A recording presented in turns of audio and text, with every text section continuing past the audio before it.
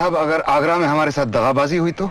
राजा शिवाजी, आपके साथ दगाबाजी करने का साहस कौन कर सकता है? लोगों में तो आम है कि आप में एक दैवी शक्ति है जो हर बार आपको संकट से बचा ले जाती है। हाँ, देखना है इस बार संकट का निवारण कैसे होता है। ये संकट नहीं, स्वर्ण अवसर है। आप हमारी बात मानिए और आगरा जाइए। और फिर आप अपनी तरफ से तो नहीं जा रहे, बादशाह ने आपको बुलावा भेजा है। हो सकता है वो आपको दक्कन का सूबेदार मुकर्रर करें, वही दक्कन जो आज तक मुगल सेनापतियों के लिए दफनगाह साबित होता रहा है। क्या पता शायद आपके हाथों वहां हुन बरसें। मुगलों की चाकरी में बड़े खतरे हैं राजा साहब। दक्कन का राजा ही हमें स्वीकार कर ले तो बहुत है, लेकिन हमें उसकी नियत पे शक है। राजा शिवाजी, आप बेखटके आगरा जाइए। आपका बाल तक बांका नहीं हो सकता है। हमारे बेटे युवराज राम सिंह आपकी देखभाल करेंगे। हम आपको वचन देते हैं, अगर बादशाह आपको धोखा देता है तो हम भवानी माता के चरणों में अपना मस्तक चढ़ा देंगे। सूबाए दक्कन से सरदार शिवाजी।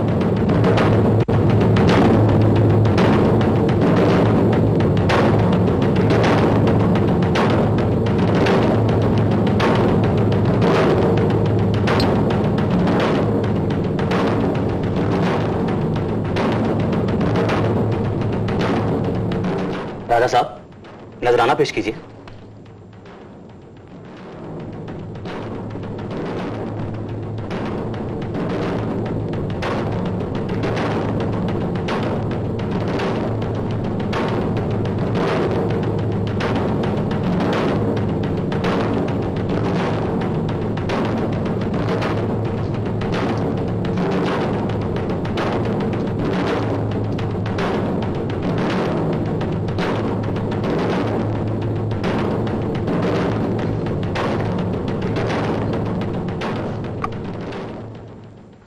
हमें कहां खड़ा किया गया है?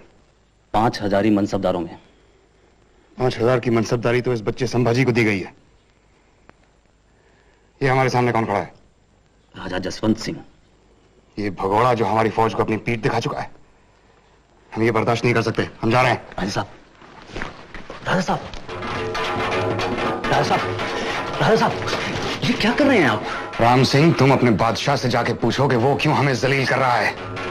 हम जब से आए हैं हमारा अपमान किया जा रहा है। हमारे स्वागत को कौन भेजा जाता है? एक मुंशी। हमें पंच हजारी में खड़ा किया जाता है जसवंत सिंह के पीछे। हमें सिर्फ सरदार कहा जाता है। कहां के सरदार?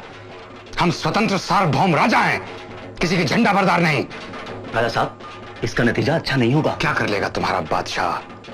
हमारा सर उड़ा देगा, यही ना? हमें इसकी परवाह नहीं। राजा साहब, हमारा अनुरोध है, आप चाहिए तो। हम चाकरी करने नहीं आए हैं। हम नहीं जाएंगे।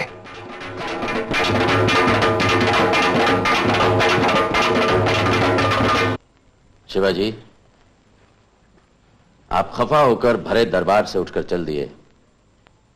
क्या हम इसकी वजह पूछ सकते हैं? दक्कन के राजा को पंच हजारियों के बीच खड़ा करना क्या आपको शोभा देता है? जाहिर है इतना छोटा ओहदा आप कबूल करने को तैयार नहीं। यह हमारे कारकुनों की गलती है।